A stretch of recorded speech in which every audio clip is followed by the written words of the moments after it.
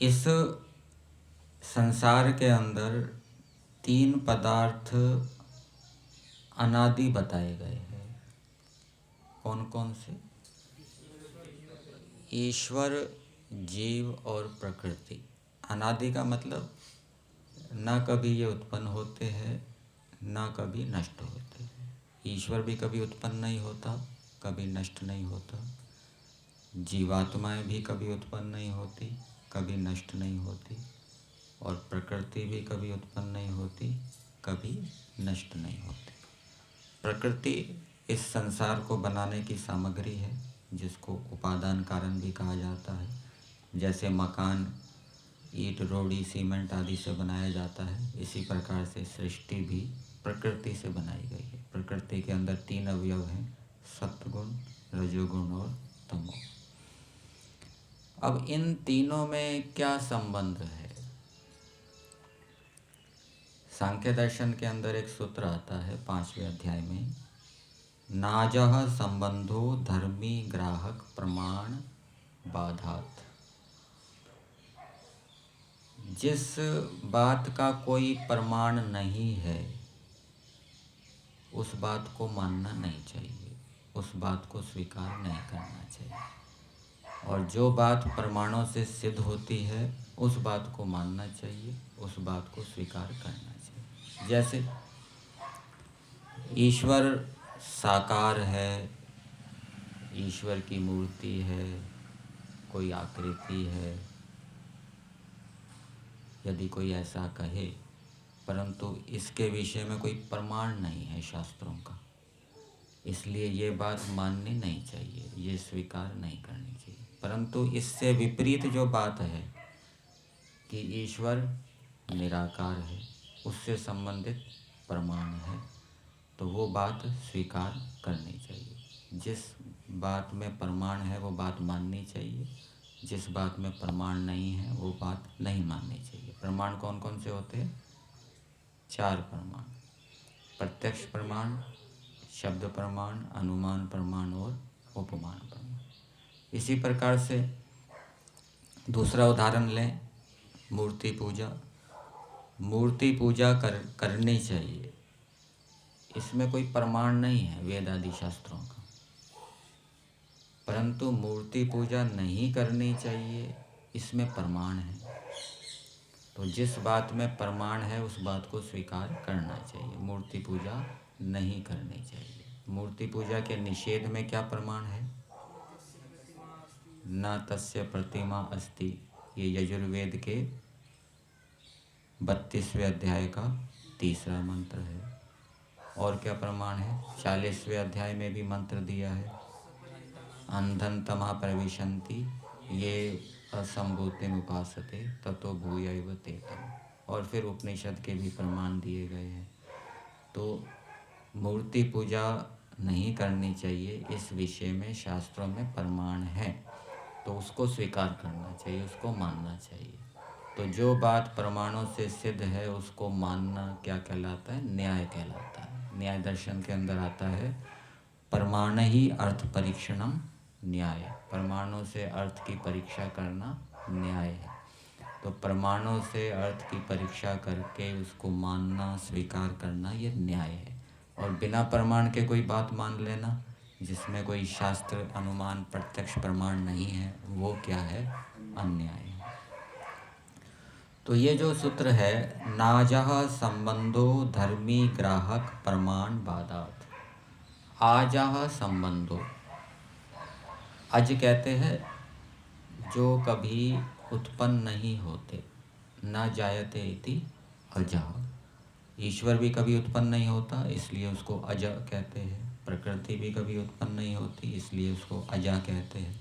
और जीवात्मा भी कभी उत्पन्न नहीं होते, इसलिए उनको अजा कहते हैं।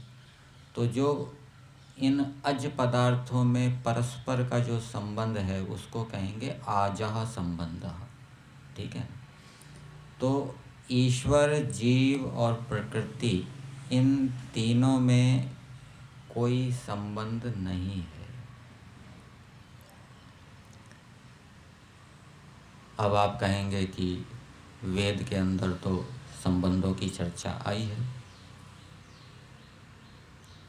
यजुर्वेद के 31वें अध्याय में बताया है, अमृतत्व से ईशानः, परमेश्वर अमृतत्व अर्थात जीवात्माओं का प्रकृति का स्वामी है, नियंता है, ये संबंध बताया है।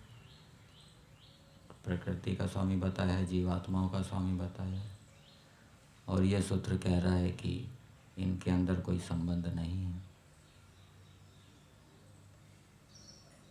क्या ईश्वर और सृष्टि में संबंध है? ईश्वर और सृष्टि में तो संबंध है, कारण कार्य का संबंध है। ईश्वर ने सृष्टि बनाई है, ईश्वर इस सृष्टि का कारण है, और सृष्टि क्या है? कार्य है। जीवात्मा और सृष्टि का संबंध है, जीवात्मा और सृष्टि का भी संबंध है। जीवात्मा भोक्ता है और सृष्टि क्या है? भोग्य है, ये संबंध है। परंतु सृष्टि जिससे बनी है, सृष्टि तो कभी उत्पन्न नहीं होती ऐसा नहीं है, वो तो उत्पन्न होती है, लेकिन प्रकृति तो कभी उत्पन्न नहीं होती, जो इस सृष्टि को बनाने का मसाला है। तो प्रकृति और जीवात्मा में, प्रकृति और ईश्वर में कोई संबंध नहीं है। जो भी संबंध होता है ईश्वर का, ईश्वर को जो प्रकृति का स्वामी कहा गया है, नियंता कहा गया है, वो जीवात्माओं के कर्म फल की अपेक्षा से कहा गया है। ठीक है ना। जीवात्माओं के यदि कोई कर्म ना हो तो ईश्वर का प्रकृति के साथ कोई लेना देना नहीं है। ईश्वर प्रकृति को कोई छेड़ेगा ही नहीं। ईश्वर प्रकृति को छेड़कर संसार क्यों बनाता है? अपने लिए थोड़ा ना बनाता है, जीवात्मा के लिए बनाता है। तो ये प्रकृति के साथ जो ईश्वर का संबंध है वो स्वाभाविक नहीं है, वो नैमित्तिक है। निमित्त के कारण से ईश्वर प्रकृति से संसार बनाता है। प्रलय अवस्था में प्रकृति साम्य अवस्था में होती है, और जब सृष्टि उत्पन्न हो जाती है तो वो वैषम्य अवस्था में आ जाती है। तो ईश्वर और प्रकृति का संबंध स्वाभाविक नहीं है, नैमित्तिक है। निमित्त के कारण से परमेश्वर इस प्रकृति से संसार को बनाता है, वो उसका स्वामी बनता है। इसी प्रकार से ईश्वर और जीवात्मा में कोई स्वाभाविक संबंध नहीं है। अब आप वेद के अंदर कहोगे त्वम ही नः पिता वसो त्वम माता शतक्रतो बभूवित, यहाँ ईश्वर को माता पिता कहा गया है, तो ये कैसे हो गया कि ईश्वर और जीवात्माओं का कोई संबंध नहीं है? तो वो जो संबंध है माता पिता, वो भी कार्य जगत के बिना हो ही नहीं सकता। पिता किसको कहते हैं? पालन करने वाला। और ईश्वर पालन किससे करता है? कार्य जगत के माध्यम से करता है, केवल प्रकृति के माध्यम से तो करता नहीं है। और यदि हम केवल प्रकृति को लें तो ईश्वर हमारा माता पिता नहीं होगा। ठीक है ना।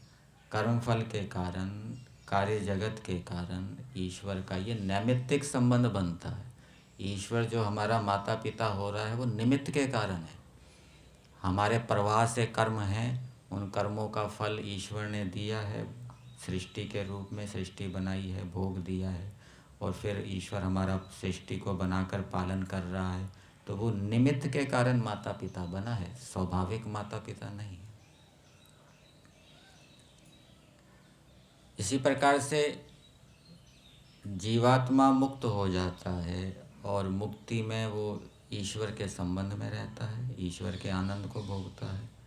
तो वो भी मुक्त जीवात्मा का ईश्वर के साथ जो संबंध है वो स्वाभाविक नहीं है। यदि स्वाभाविक होता तो वो हमेशा मुक्ति में रहता, आनंद भोगता रहता।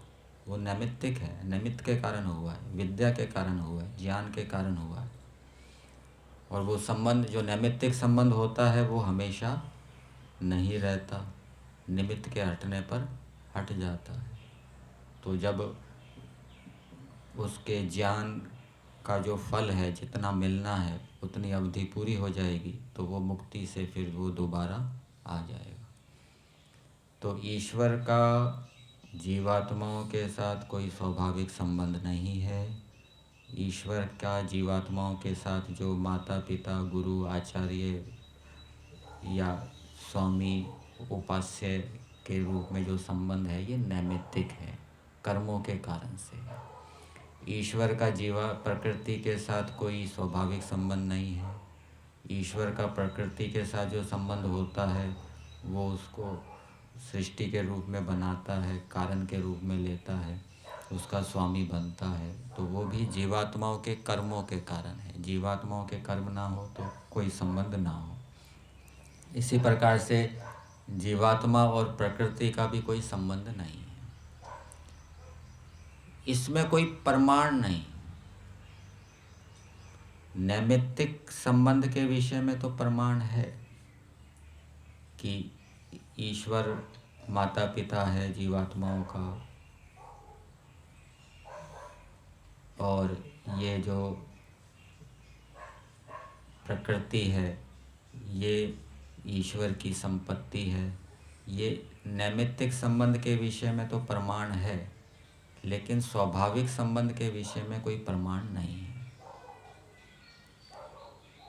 ईश्वर वहाँ ब्रह्ममुनि जी के भाष्य में बताया गया है कि प्रकृति तो जड़ है, वो ईश्वर के साथ जुड़ेगी नहीं जाकर, वो जीवात्माओं के साथ भी जाकर नहीं जुड़ेगी। उनको प्रकृति को ईश्वर से क्या लेना देना, जीवात्माओं से क्या लेना देना, उसको तो कुछ पता नहीं है, जड़ है। और ईश्वर भी नित्य शुद्ध बुद्ध मुक्त है, उसको प्रकृति से क्या लेना देना। क्या ईश्वर प्रकृति को भोगेगा? उसको प्रकृति को भोगने की आवश्यकता ही नहीं। क्या ईश्वर को प्रकृति को जानना है? वो तो पहले से ही जानता है। तो स्वाभाविक संबंध तो बनेगा नहीं। वो जो प्रकृति के साथ ईश्वर जुड़ रहा है वो किस लिए जुड़ रहा है? जीवात्माओं को कर्मों का फल देने के लिए। इसी प्रकार से जीवात्मा का भी प्रकृति से कोई लेना देना नहीं है। जीवात्मा को कुछ चाहिए क्या? वो तो नित्य शुद्ध बुद्ध मुक्त है, उसको कुछ नहीं चाहिए। लेकिन वो जो प्रकृति के साथ जुड़ रहा है वो निमित्त के कारण से जुड़ रहा है, अविद्या के कारण से जुड़ रहा है। ठीक है, अविद्या ना हो तो कोई लेना देना नहीं है प्रकृति से। फिर तो विद्या के होने पर वो तो ईश्वर के साथ जुड़ता है, ईश्वर का आनंद प्राप्त करता है। तो इस प्रकार से ईश्वर, जीव और प्रकृति ये तीन अनादि पदार्थ हैं। इन तीनों का परस्पर कोई स्वाभाविक संबंध नहीं है, परस्पर नैमित्तिक संबंध है। नैमित्तिक संबंध के विषय में प्रमाण है, स्वाभाविक संबंध के विषय में कोई प्रमाण नहीं है। तो जिस विषय में कोई प्रमाण नहीं होता उस विषय को स्वीकार नहीं करना चाहिए।